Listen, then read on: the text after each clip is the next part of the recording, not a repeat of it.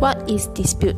Dispute is an argument or disagreement, or in other words, a disagreement on a point of law or facts, a conflict of legal views or interests between two persons. The principle of peaceful settlement of dispute.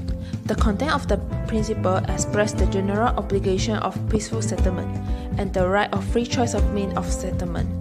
It is stated in the United Nations Charter Article 2.3 and Article 33.1. There are two mechanisms for peaceful settlement of dispute, which is through diplomatic methods and legal methods. Under diplomatic methods, there are four ways, which is negotiation, good office and mediation, inquiry, and conciliation.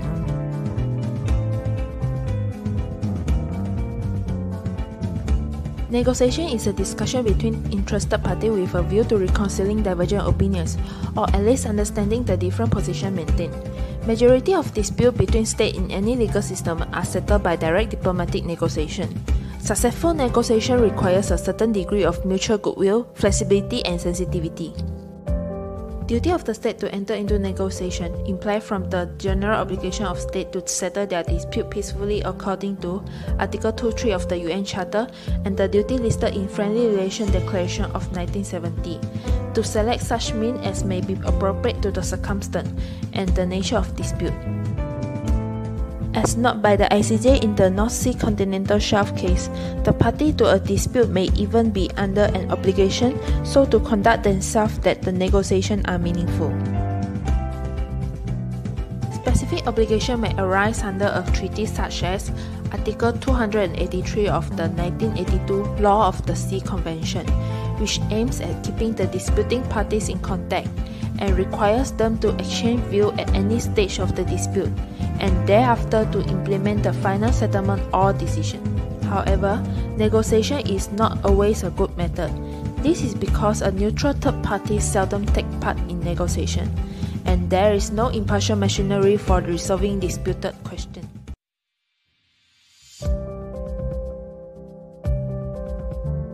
Good office and mediation, which means that there is a third state, international organization, or eminent individuals that try to help the disputing state to reach agreement. A third party offers its good office when it tries to persuade disputing states to enter into negotiation. It passes message and suggestion back and forth. When the negotiations start, its functions are at an end. For example, Switzerland, with its permanent neutrality, often act as a protecting power in times of war or peace, such as representing the United States in Cuba. Mediator actually takes part in negotiation and may suggest terms of settlement to the disputing state. Mediation takes the form of flexible negotiation with the participation of a third party.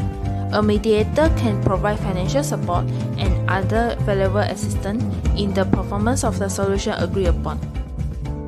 Mediation is more flexible than arbitration or adjudication, and leaving more room for the wishes of the party. For example, in the dispute between India and Pakistan on the waters of Indo Basin, the World Bank mediated by granting financial aid.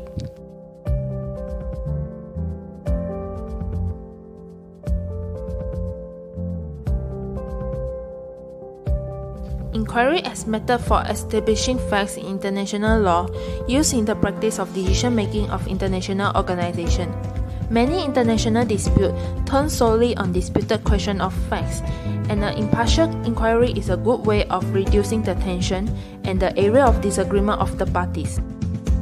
After some negotiation, disputing states appoint an impartial body, ad hoc, to carry out an inquiry in order to produce an impartial finding of disputed facts and to prepare the way for a negotiated settlement.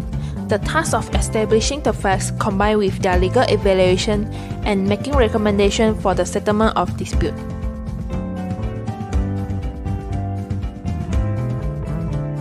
In conciliation proceeding between the states, third parties cannot take the initiative on their own.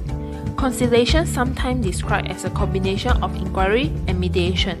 The conciliator appointed by agreement between the parties, and the conciliator investigates the facts of the dispute and suggests the terms of a settlement. Conciliation is more formal than mediation. If a mediator proposal are not accepted, he can formulate new proposal. But conciliation is less flexible than mediation. A conciliator only issues a single report. The parties are not obliged to accept the conciliator terms of settlement. Most conciliation were performed with commission, composed of several members with normal agreement under bilateral or multilateral treaties. But occasionally, states may prefer a single conciliator. For example, in the case of the distribution of the asset of the former East African Community in 1977, when Kenya, Uganda, and Tanzania, encouraged by the World Bank, requested the Swiss diplomat Dr. Victor Umbridge to make proposal. Conciliation is more flexible than arbitration or adjudication, and leaving more room for the wishes of the parties, and for initiative of the third parties. There are two ways under legal method, which is arbitration and judicial settlement.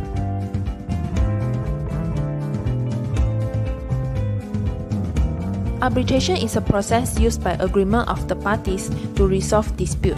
Disputes are resolved with binding effect by a person or person acting in a judicial manner in private, rather than by a national court of law that will have jurisdiction, but for the agreement of the party to exclude it. The decision of the arbitrator tribunal is usually called an award. The arbitrator decision is usually final, and courts rarely re-examine it. Traditionally, labor and commerce were the two largest areas of arbitration. Some states have mandated arbitration for certain disputes, such as auto insurance claims, and court decisions have broadened into areas such as security, antitrust, and even employment discrimination. International business issues are also frequently resolved using arbitration. Arbitration is considered the most effective and equitable means of dispute settlement. An agreement of arbitration may be in the form of a general treatise of arbitration. The usual pattern in arbitration agreement as regards the appointment of arbitrators is that each of the two parties have to appoint one arbitrator or more, and the appointed arbitrators have to appoint the arbitrators, who is known as an umpire. The parties may agree to refer their dispute to a single arbitrator, who may be a foreign head of a state or government, or a distinguished individual.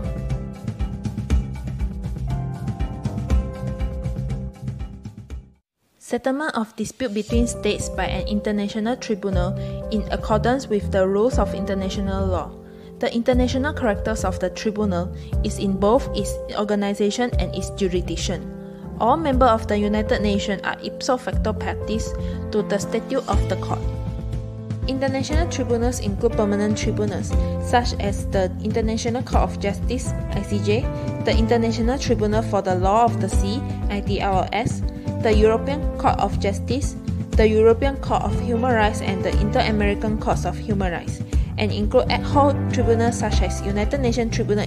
The jurisdiction of the court includes all disputes between states concerning the interpretation of the treaties, any question of international law, and the existence of any facts constituting breach of international obligation, and the nature or extent of the reparation to be made for the breach of an international obligation.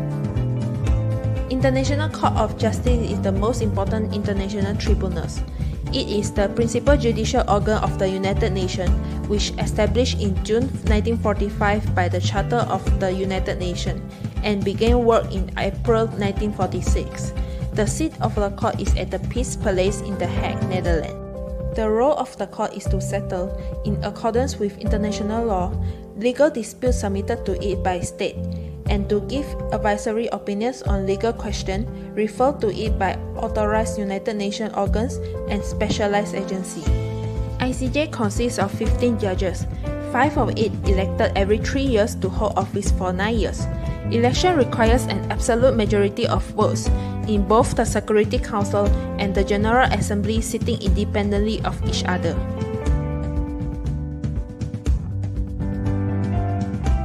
The court may not include more than one judge of any nationality, but the composition of the bench should represent the main form of civilization and the principal legal system of the world. The 5 permanent members of the Security Council are always represented by a judge in the court. The court may appoint an ad hoc judge for particular cases according to Article 31. ICJ has two main categories of jurisdiction. The first one is the jurisdiction in contention case, which is the access to the court according to the Article 34 in the statute. Only states may be parties in case before the court. The court is not open to the private individuals or corporations. International organizations also have no local standing as parties in a contentious proceeding. They have only the right to request advisory opinion. The second jurisdiction of the court is the advisory jurisdiction. The court also has a power to give advisory opinions. Article 96 of the United Nations Charter provides that the General Assembly or the Security Council may request the ICJ to give advisory opinion on legal questions. Other organs of the UN and the specialized agency which authorized by the General Assembly may also request advisory opinion of the court.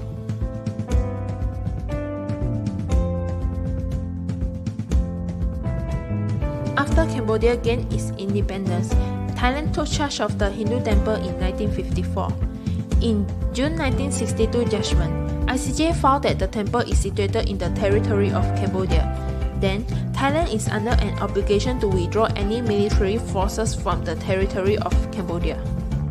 In April 2011, Cambodia requested the ICJ to interpret again the 1962 judgment, arguing that even though Thailand recognized Cambodia's sovereignty over the temple, it still does not recognize the sovereignty of Cambodia over the proximity of the temple. In its decision today, Cambodia has sovereignty over the whole territory.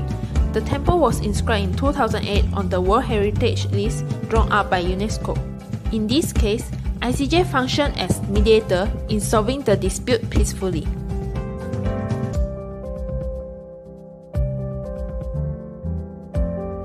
On 2 November 1998, the Republic of Indonesia and Malaysia jointly notified the court of a special agreement between the two states. They requested the court to determine to which of the two states sovereignty over Pulau Likitan and Pulau Sibatan belong. The Philippines, on 13 March of 2001, requested permission to intervene in the case, but rejected by the court on 23 October of 2001. The court delivered its judgment on the merits on 17 December of 2002.